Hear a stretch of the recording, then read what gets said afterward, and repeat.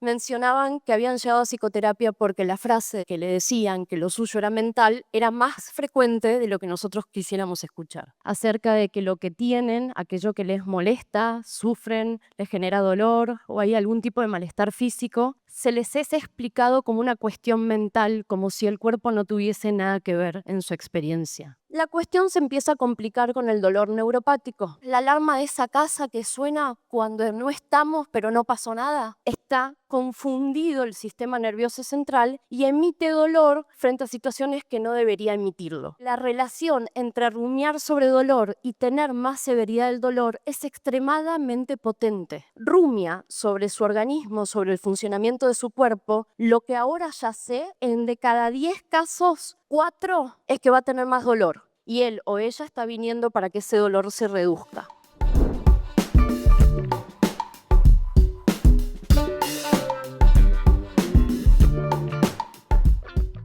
Bueno, muchísimas gracias.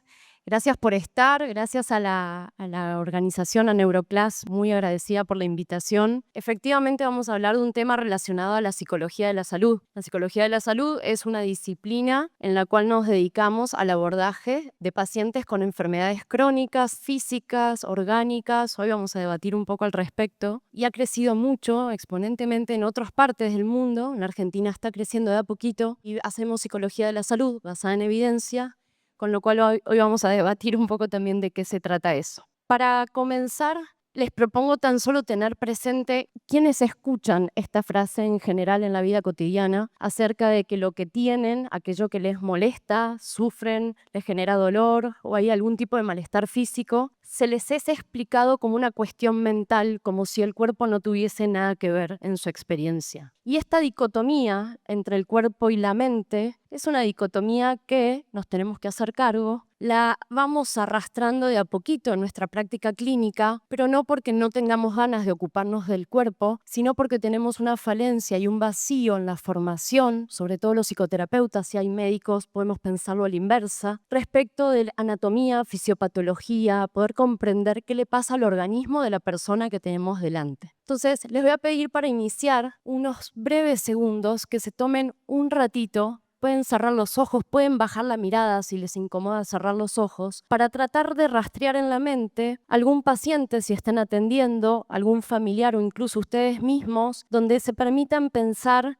a esa persona que están atendiendo, con la que están tratando. ¿Cuánto sabemos del funcionamiento de su cuerpo en ese momento? Tomen un paciente. ¿Cuánto saben de cómo funciona su organismo? Si vino a consulta por otra cuestión, por otro motivo de consulta, ¿qué sabemos de cómo funciona su cuerpo? ¿Qué le preguntamos? ¿Cómo afronta su malestar anímico a través del cuerpo o con él? ¿Qué hace físicamente para poder abordar las situaciones que lo traen a nuestro espacio de psicoterapia? ¿Cuánto le preguntamos acerca de cómo está su respiración, su frecuencia cardíaca, si hay antecedentes médicos, si hay alguna situación clínica que tenemos que saber? Probablemente muchos de ustedes lo hagan. El tema es cuánto llevamos en adelante ese seguimiento de cómo funciona el cuerpo a lo largo de todo el tratamiento. No solamente en el momento donde tengo que saber qué antecedente tiene o qué aspecto clínico no puedo pasar de vista en mi historia clínica. La división del cuerpo y la mente,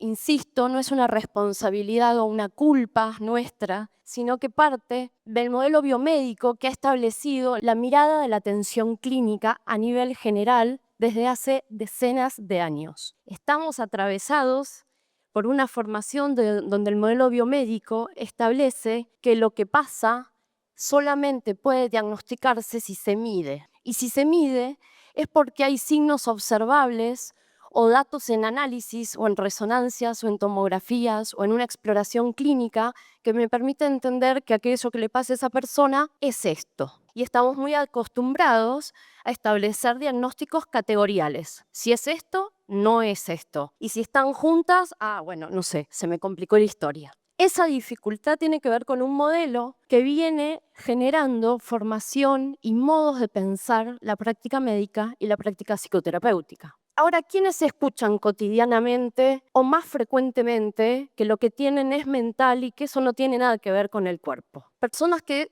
transitan o sufren algún tipo de síndrome funcional. Las personas que cursan, por ejemplo, crisis funcionales no epilépticas, no tienen en ninguna imagen ni van a encontrar en ninguna imagen algún tipo de evidencia de descarga eléctrica, pero tienen crisis epilépticas. Esas personas son las que más encuentran a diario la idea de que lo que tienen es mental. Entonces, nosotros acá no tenemos mucho que hacer. Los síntomas somáticos sin explicación médica es interesante porque es una manifestación de la humanidad tener síntomas médicos que no tienen explicación. Dirf y Martin, en el 2014, lograron establecer que el 80% de la población general sufre síntomas que nunca van a poder ser explicados por el modelo biomédico actual. Es decir, que nos pasan cosas, nos laten los ojos, tenemos palpitaciones, fasciculaciones, nos pasan un montón de cosas que no son explicadas en ese momento por una cuestión clínica concreta. El riesgo de eso es que esa sintomatología, si no es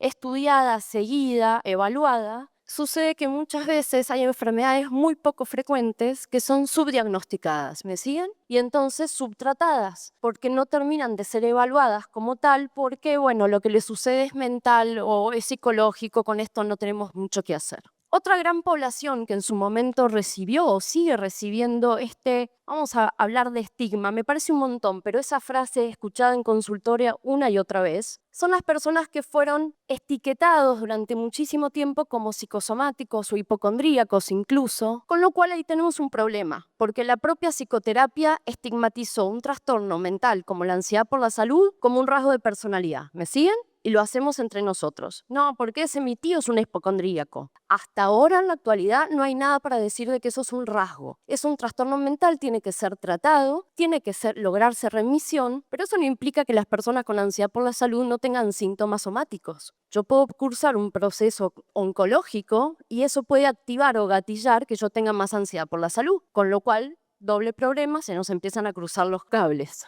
Y otra gran población que escucha frecuentemente una consulta tras otra, que esto les pasa, que no le pueden explicar lo que sucede, son las personas que sufren dolor crónico. Y vamos a hablar un poquito más de esta temática, básicamente porque es de lo que estudio, pero podríamos profundizar sobre cada uno de estos aspectos en un montón de pacientes y de grupos clínicos. Ahora, ¿qué pasa con el dolor? El dolor crónico es una experiencia angustiante, siempre, definida por la IAS, la Asociación Internacional para el Estudio del Dolor, y la OMS. Nadie que sufre dolor crónico, que está transitando dolor de manera persistente, lo hace por algún tipo de beneficio. Es una experiencia absolutamente esperable en el humano, es una función adaptativa hasta que eso se cronifica y empieza a complicar las cosas, ¿sí? ¿Qué pasa? ¿Qué le duele? ¿Qué nos duele? ¿Qué nos duele a los seres humanos? Nos duele porque algo está pasando en nuestro organismo. Si hay un daño, nuestro cuerpo está preparado y nuestra mente está preparado para sacar la señal de alarma, la señal de dolor, para avisarnos de que hay algo que nos está pasando. Si tenemos un estímulo térmico y nos quemamos, esa información sube por vías aferentes desde los receptores sensitivos a una velocidad inexplicable, porque somos muy perfectos en eso. Esa señal se codifica a toda velocidad y las vías eferentes nos dan la información de que si me estoy quemando tengo que poner la mano abajo del agua.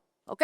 Es una conducta que parte de una señal adaptativa. Si lo pensamos en términos de una analogía con una alarma de una casa, esa alarma estaba sonando y se activó cuando el vidrio se rompió. Fin, funciona, y entonces yo tengo que correr a casa a ver qué está pasando, quién violó mi seguridad y algo tengo que hacer. La cuestión se empieza a complicar con el dolor neuropático. El dolor neuropático es la alarma de esa casa que suena cuando no estamos pero no pasó nada y nos llama Prosegur, en el mejor de los casos que tengamos casa y alarma, pero bueno, nos llaman diciendo que algo está mal, se falla, responde una falla eléctrica, hay alguna señal que no está funcionando. Entonces, en el dolor neuropático lo que sucede es que lo que falla es la alarma. Está confundido el sistema nervioso central y emite dolor frente a situaciones que no debería emitirlo. Caso muy frecuente del síndrome de miembro fantasma. Los seres humanos podemos llegar a percibir dolor incluso sin tener órgano. Y eso tiene que ver con que el sistema nervioso central todavía no entendió que ese órgano no está. Y algo muy interesante, hay síndrome de dolor del miembro fantasma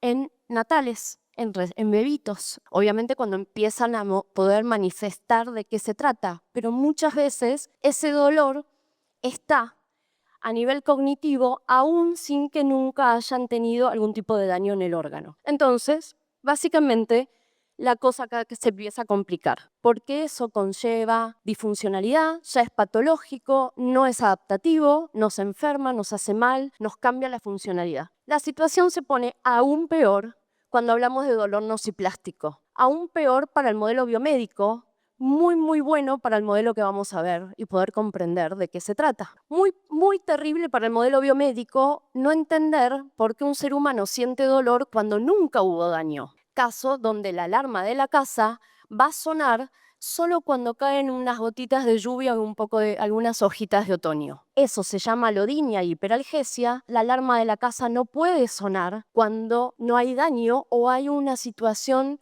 un estímulo muy sensible que no nos debería generar esa señal de dolor. Ahora, ¿nos pasa? Sí, a los seres humanos nos pasa que nos duelen ciertas texturas, nos duelen ciertas fuerzas, nos duele la exposición auditiva, ni les explico en neurodivergencia, nos duelen ciertos abrazos, nos molestan cosas, pero generan dolor, cuestiones, estímulos que no deberían generarlo. Con lo cual al modelo biomédico se le termina el marketing porque no podemos dejar de concebir que el ser humano parte, se forma y establece un modo de funcionamiento en un contexto donde aprende cosas, donde le enseñan de qué se tratan esas experiencias y donde aprendemos y modelamos conductas que incluso van a tener que ver en cómo modular el dolor.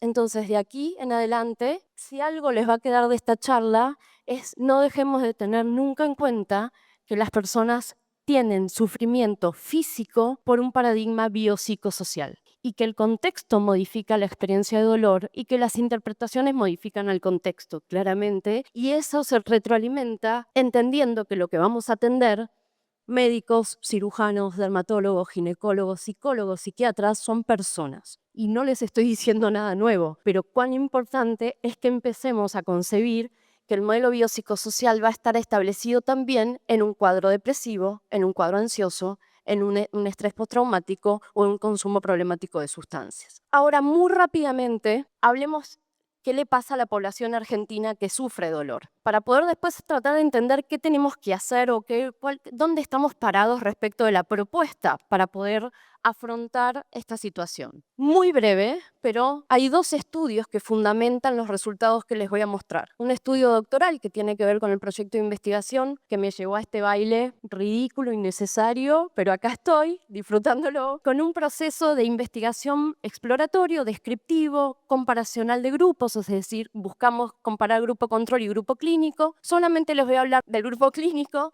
de pacientes con dolor, que fueron 230 personas de distintas patologías dolorosas. Y muy recientemente presentado un proyecto de investigación de una tesista, salió a buscar algunos datos respecto de la misma variable de que ahora les voy a contar un poquito más, que es la rumiación sobre dolor y la severidad de la depresión en mujeres argentinas con fibromialgia en una muestra de 176 personas. Cortito y al pie, prometo, porque los datos estadísticos a veces nos cuestan un poco. Pero ¿qué le pasa a la población argentina? Por supuesto, 230 personas, pero que fue posible generalizar esos resultados. La cronicidad de la población con dolor en nuestro contexto es grave. El 82% mencionó que cursa dolor de manera crónica durante más de un año. Eso quiere decir que cuando lleguen a nuestro consultorio, promedio piensen en 5. Porque nosotros somos el último eslabón. Es muy poco probable que llegue un paciente con dolor crónico a psicoterapia como primer camino. Es esperable, nosotros también lo haríamos. El punto es ser los últimos, nos está trayendo bastantes problemas. ¿Qué pasa con el diagnóstico?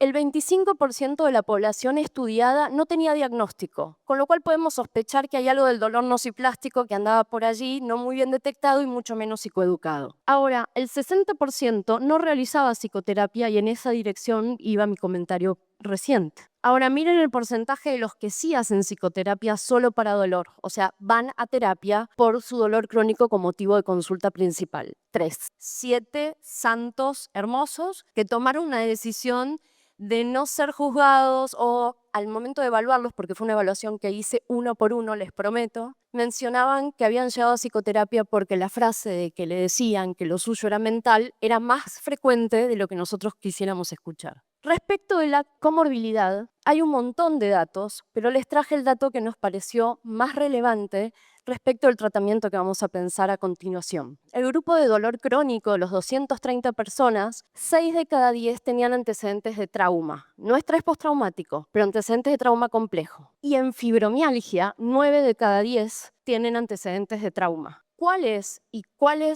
que no se muestran para nada diferentes a la población extranjera, estudios que revisamos una y otra vez, ya sea en Latinoamérica como en Europa? Las principales causas de trauma de esos pacientes que tienen dolor fueron abuso sexual infantil, fallecimiento de un familiar, sobre todo en edad temprana, violencia de género e institucional y enfermedad de un familiar. Fueron personas que acompañaron a sus familiares en un cuadro crónico. Ahora miren depresión. El 67.5% de los pacientes con dolor crónico presentaban depresión clínica, síntomas depresivos que podían darnos a nosotros la información de que estaba cursando un trastorno depresivo, ¿sí? En fibromialgia, bueno, ni lo menciono porque medio nos abruma y nos hace pensar qué pasa con esta comorbilidad. 86.6, para aquellos que quizás las columnas complican, fue el punto de comorbilidad de depresión con la patología dolorosa. Pues bien, hasta acá un lío tremendo porque tenemos dolor que encima no es explicado por el modelo biomédico y no es tratado en la mayoría de los casos, con comorbilidad psiquiátrica, con antecedentes de trauma, con depresión clínica, y eso fue, no solamente en nuestro campo, ya saben un montón de esto, lo que implicó el boom del paradigma transdiagnóstico. No podemos seguir tratando a nuestros pacientes por cada diagnóstico porque algo está pasando que explica la comorbilidad, ¿me siguen? Y que explica por qué un paciente con fibromialgia desde ya marca depresión en 80 puntos de una. Eso pasa porque hay procesos compartidos y la psicoterapia en los últimos 10 años está ahí navegando lo más que puede en este mundo para tratar de entender qué procesos explican fundamentalmente la comorbilidad, la presentación conjunta del dolor con la depresión, como del trastorno de la conducta alimentaria con el consumo de problemático, como podría darles millones de datos y de detalles de comorbilidad en la psicopatología actual que la tenemos y cuántos de ustedes ven un caso con una sintomatología pura, un trastorno puro, no existe más, ya lo sabemos, no existió nunca, pero ahora está validado de que eso no es posible en la clínica real. Con lo cual, la terapia basada en procesos nos mete en una matrix espectacular. La amo, es difícil de leer terapia basada en procesos, pero es absolutamente necesaria que entendamos que un paciente no se evalúa más por dolor, no se evalúa más por depresión, no se evalúa más por lo categorial y que la conceptualización que vamos a hacer de lo que le está pasando en el momento que nos viene a ver no puede pasar por alto ninguna de estas dimensiones. Ni la dimensión afectiva, que en general la psicoterapia clásica es donde más atención le dio, pero donde hoy sabemos es lo menos que nos tenemos que ocupar en términos de cambio. Si tiene miedo, está muy bien que tenga miedo. Veamos qué sostiene ese miedo. ¿Me siguen? Porque ¿por qué yo voy a preparar una psicoterapia que elimine el miedo, que baje la angustia? Quizás la angustia en un paciente con dolor es lo más adaptativo que puede tener, porque sin angustia no podría salir a buscar respuestas. Con lo cual, vamos a hacer una conceptualización de los pacientes que impliquen el nivel afectivo, cognitivo, atencional, el yo, el self, cómo se define, motivacional, la conducta manifiesta y siempre, siempre, por favor, indagando aspectos biofisiológicos que nos permitan comprender qué le pasa a ese cuerpo además de esa mente. Ahora, Hayes y Hoffman, que gracias a Dios y todos los cielos, Messi y todos los que existan se unieron, porque si no íbamos a sufrir un montón, tomaron un rumbo absolutamente necesario, pero por lo que estaba pasando en la clínica. Casi que hoy agrandada le puedo decir a Hayes y Hoffman que esto es gracias a todos nosotros. Se unieron porque nosotros hacíamos un montón de cosas de las dos líneas, de la terapia cognitivo-conductual y de la terapia contextual. Y ellos, sobre todo en el libro del 18, plantean que es clave que para hacer psicoterapia basada en evidencia entendamos qué procesos biopsicosociales centrales deberían abordarse con ese paciente, dado ese objetivo que tiene personal, dado ese objetivo en esa situación en la que nos consulta o se comporta en la vida cotidiana y cómo pueden ser cambiados de forma más eficiente y efectiva. Básicamente porque lo que hicimos desde los años, yo estoy más vieja, pero era más joven, en los 90, pero lo que hacía la psicoterapia en los 90 funcionó un montón. Pero después dejó de ser efectiva. Los metaanálisis no empezaron a dar tan bien. ¿Y qué pasó además? Dejó de ser eficiente. Porque los psicoterapeutas empezábamos a plantear, bueno, en esta comorbilidad, en esta cronicidad, hago un poco de esto y después un poco de esto, y no me voy a seguir por un protocolo porque yo hago contextual, pero me formé en cognitiva, entonces no me puedo olvidar de la psicoeducación al inicio. Un quilombo. Hicimos eso. El tema es que ahora hay que saber qué funciona de eso que empezamos a hacer, de combinar estrategias para ver qué procesos vamos a cambiar. La rumiación sobre el dolor es el constructo que estudié, que diseñé, que me acompañó equipos de todas partes para poder tratar de entender qué pasaba en la población con dolor. Y muy brevemente, este constructo se trata de entender, lo veíamos en los pacientes, que así como la rumiación fue un constructo crítico para entender el mantenimiento de la depresión, en dolor yo lo veía a diario, en todos mis pacientes pasaba exactamente lo mismo, pero ¿sobre qué rumiaban? ¿Sobre su ánimo? No, rumiaban sobre su experiencia física, sobre sus cambios corporales, sobre su taquicardia, sobre su hipervigilancia puesta en la zona inflamada, de todos los aspectos posibles que se les puede imaginar, desde SIBO hasta onco. Todo iba a poder entender qué me pasa y qué hago con lo que me pasa y cómo me calmo acerca de esto que me está pasando. Lo que encontramos, para contarles el final del cuento, es que la rumiación sobre dolor tiene un impacto, una correlación positiva, estadísticamente significativa y en psicología extremadamente fuerte. Para los que algo saben leer de esto, un R de 0.9 es una barbaridad. Eso nos dice que la relación entre rumiar sobre dolor y tener más severidad del dolor es extremadamente potente. Entonces, si yo tengo una persona que está rumiando a diario, mientras cocina, mientras lleva a sus hijos al colegio, mientras está trabajando o mientras incluso está con nosotros en psicoterapia, rumia sobre su organismo, sobre el funcionamiento de su cuerpo, lo que ahora ya sé o ya sabemos es que va a tener más dolor y él o ella está viniendo para que ese dolor se reduzca. ¿Me siguen? Entonces, tengo un constructo, un proceso que no solamente me explica la severidad del dolor, sino además la comorbilidad con depresión en niveles mucho más bajitos de fortaleza, lo cual es interesante porque nos dice que no necesariamente aumenta dramáticamente la depresión, pero sí su percepción del dolor. Y algo no menor, no solamente confirmamos que está asociado, que cuanto más rumio sobre mi dolor o mi físico, más sensación de percepción de dolor tengo, sino que además lo predice. La rumiación predice de cada 10 casos, 4 sabemos que si rumian sobre su organismo, sobre el funcionamiento de su cuerpo, sobre molestias físicas, tienen probabilidad de tener dolor nociplástico. ¿Me siguen? Ese donde no necesitaba daño en el organismo para percibir dolor, pero que al fin y al cabo les complica la vida a cada uno de nuestros pacientes. Entonces, me voy a ir de la estadística un buen rato para hablarles de Patricia. Rápidamente, Patricia es una paciente que se presenta con motivo de consulta de dolor crónico. Tiene dolor visceral por endometriosis y tiene dolor crónico primario por fibromialgia. ¿Sí? Le duele. Vamos a ir breve, hoy le duele. Ahora, ¿qué nos dicen Hayes y Hoffman? Veamos qué pasa con ese dolor. Y rápidamente les propongo pensar un modelo en red. Hayes y Hoffman nos dicen, ¿qué hace con ese dolor, Patricia? Cuando le duele, ¿qué hace? Rumia, se los prometo. Lo vi, lo escuché meses de meses en el consultorio, lo cual tiene razón. Rumiaba para tratar de entender cómo sacarse de encima ese dolor. Rumiaba mientras iba al médico, rumiaba mientras cocinaba, rumiaba mientras hacía bicicleta y rumiaba mientras le decían que tenía que ir a caminar porque eso era la actividad física para disminuir el dolor. Adivinen cómo volvía, muerta de dolor. Con lo cual, si el problema central como proceso central de cambio terapéutico en esta paciente lo detectamos como rumiación sobre dolor, lo que tengo espectacularmente es una red que me permite entender lo que colabora en sostener esa rumiación y lo que hace que pueda llegar a disminuir si yo voy a ese blanco de tratamiento. ¿Qué pasa con Patricia? Piensa que le pasa todo esto por todo el estrés que vivió, que es distinta al resto, que todo le cuesta más por su dolor. Nivel cognición y nivel self se define, ¿sí? Presta atención focalizada, hace monitoreo físico. Ya vamos a hablar de esto. Siente fisiológicamente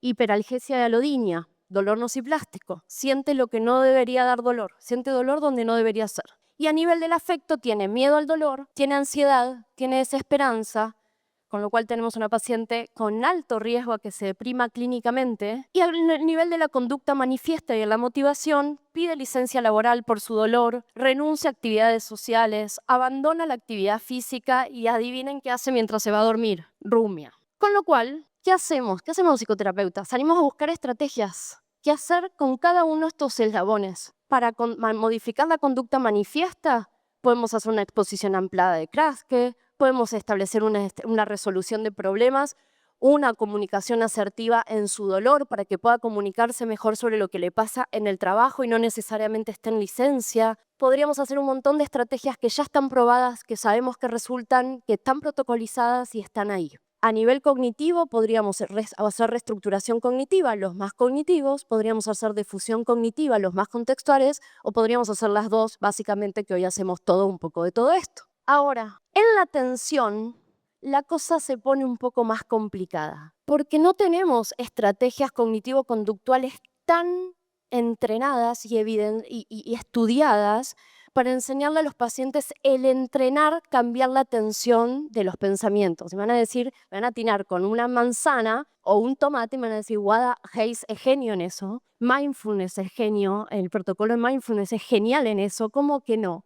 Sí, pero en dolor yo no puedo hacer mindfulness en la primera fase, ¿me siguen? Vayan a hacer escaneo corporal un paciente con dolor nociplástico y lo van a llamar a la semana siguiente y les va a decir tengo más dolor porque estoy escaneando mi físico y mi cuerpo todos los días de mi vida, pero estoy haciendo la tarea que me diste. Ahora, aquí la cuestión. McCracken, un señor muy importante para mí, casi que voy a decir hoy, un héroe, sale a decir que en la práctica clínica los terapeutas ya seleccionan intervenciones individuales de los protocolos con los fines de personalización, pero que éstas deben evaluarse por separado en cuanto a su eficacia y que debemos conocer qué procedimiento funciona para qué proceso. ¿Se entiende? ¿Qué terapéutica, qué estrategia de intervención técnica realmente funciona basada en evidencia para el proceso que seleccioné? No el protocolo, sino el procedimiento que estamos tomando de esos distintos protocolos. Con lo cual, ahí está el texto de McCracken que refiere sobre esto, por si quieren tomar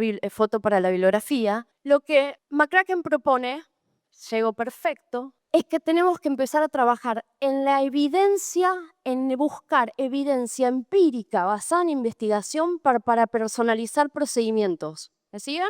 En dolor eso no es menor. Están cansados. Vienen de ver al kine, al fisio, reumato, al osteópata, al onco. Están agotados. ¿Cómo yo voy a perder tiempo? No puedo perder tiempo en psicoterapia.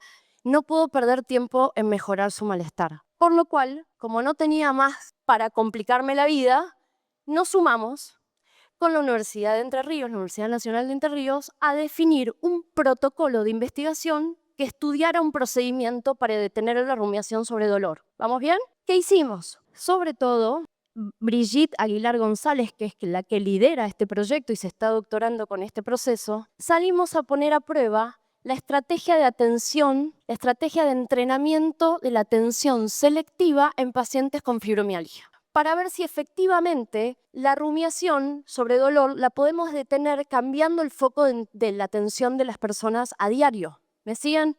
Porque yo no puedo reestructurar la rumiación sobre dolor. Primero porque es un proceso, es cuánto piensa la persona acerca de eso todos los días. Y además porque tiene razón. Rumia que le duele, ¿cómo le voy a decir que reestructure? No, señora, a usted no le duele, a mí sí. Entonces, con neurofeedback salimos a diseñar un protocolo de realidad virtual con la técnica de Wells, que si llego la hacemos, prometo, donde el foco es enseñarle a la persona a cambiar la atención, pero entrenar el cambio de la atención porque hay que entrenar un cambio de hábito. ¿Me siguen? Rumiar es un hábito como comer. Lo hago porque me sirve para afrontar las complicaciones de mi vida. Entonces no sirve la distracción que nos decían los protocolos hace 20 años atrás y mucho menos la relajación consciente en el momento en el que el paciente está rumiando, porque no va a dejar de rumiar si ya lo tiene como un hábito, incluso antes de tener dolor. Hola, yo rumio mucho antes de tener una situación de malestar. Lo tengo entrenado, rumio, me preocupa, pienso. analizo, le busco la vuelta, un desastre, no hace para nada bien. Ahora, ¿de qué se trata?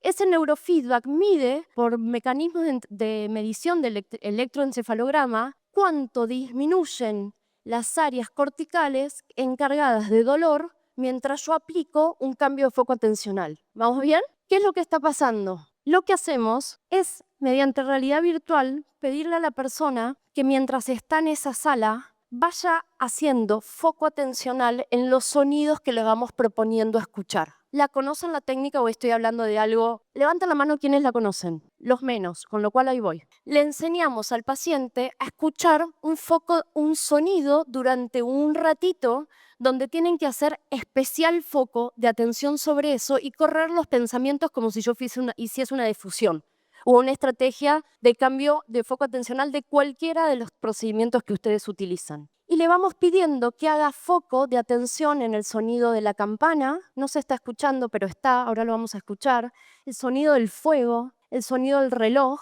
y el sonido del televisor que tiene un ruido amar. ¿Sí? Si yo le propongo esto al paciente cuando se va a dormir, le puedo proponer, que es el momento que tenemos quizás evaluado, que es cuando más rumia, yo le puedo proponer que escuche el sonido de su tele con un foco de atención. Hagámoslo. Cierren los ojos. Presten atención exclusivamente al sonido de mi voz. Ya lo están haciendo santos hace un montón de tiempo, pero ahora como un sonido. Solamente foco en mi voz como un sonido. Con lo cual yo voy a empezar a hablar más monótonamente, más parejamente, en el mismo nivel de volumen, porque lo único que me interesa es que le presten atención a mi voz como un sonido. Y no importa más nada en este momento, corro los pensamientos, aíslo toda la sensación que yo pueda estar percibiendo y le presto atención solamente en el foco de mi atención puesta en ese sonido. Solamente en el sonido de mi voz. Solamente en el sonido de mi voz. Solamente ahí, quédense ahí en el sonido de mi voz. Ahora, con los ojos cerrados, busquen un sonido de la sala que les llame la atención y establezcan su atención sobre ese sonido unos segundos como si fuese lo que más importara en su vida en este momento. Solo escuchen ese sonido, me callo y rastréenlo.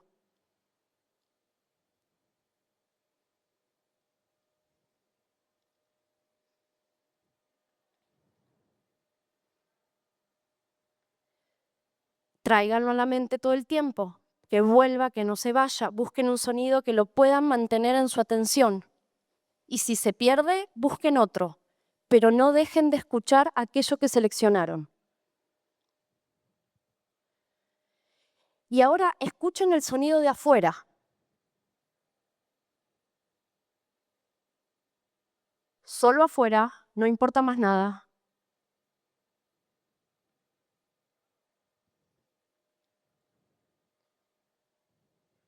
Ahora escuchen el de afuera con el de mi voz y intenten que ninguno de los dos se vaya.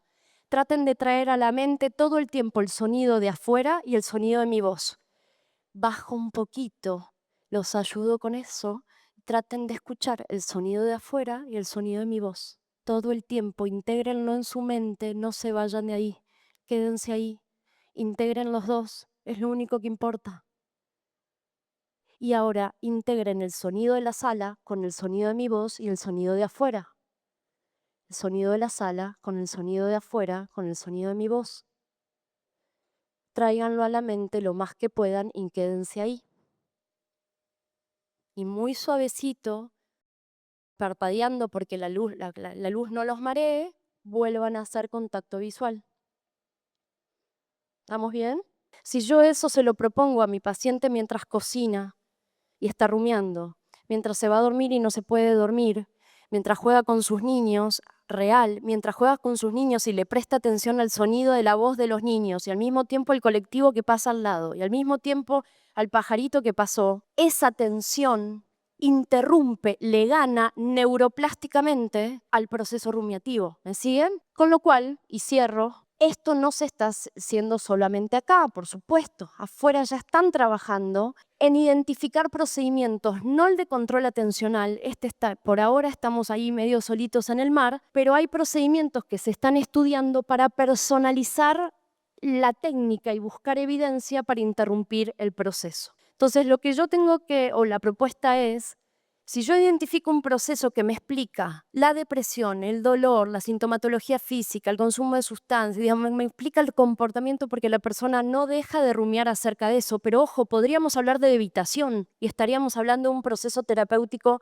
central para ver si cambiando también la evitación cambiamos todo lo demás. Me tocó por acá, tengo que cambiar un hábito, así como cocino, así como me voy a dormir. ¿Para qué? Para generar neuroplasticidad, para que cognitivamente, neurocognitivamente, nuestro cerebro es flexible, es un músculo que aprende hasta el último de nuestros días, como si tengo un dolor neuroplástico, nociplástico, o tengo un dolor neuropático, o tengo una crisis epiléptica funcional no epiléptica, o tengo un proceso oncológico, y estoy a diario con eso, llevando adelante mi afrontamiento mental y comportamental. ¿Cómo no le voy a proponer a esas personas lograr que el cerebro tome otro rumbo y baje el malestar en todo sentido, liberándolo de la comorbilidad, de la cronicidad, de la severidad y del malestar general? En eso estamos, meter la psicología de la salud basada en evidencia, en un paradigma metido en el proceso, en el estudio de los procesos, pero ahora, quizás en la generación de ustedes, a los que están arrancando o a los que nos toca seguir, ya no se llame terapia basada en procesos, sino que se llame terapia basada en procedimientos. Gracias por la atención. Ahí mi contacto, el contacto de la institución que dirijo y de la cual estoy muy orgullosa. Contactos por si quieren preguntar, interactuar, lo que quieran. Comparto material, me encanta debatir, nos escribimos. Un placer y gracias.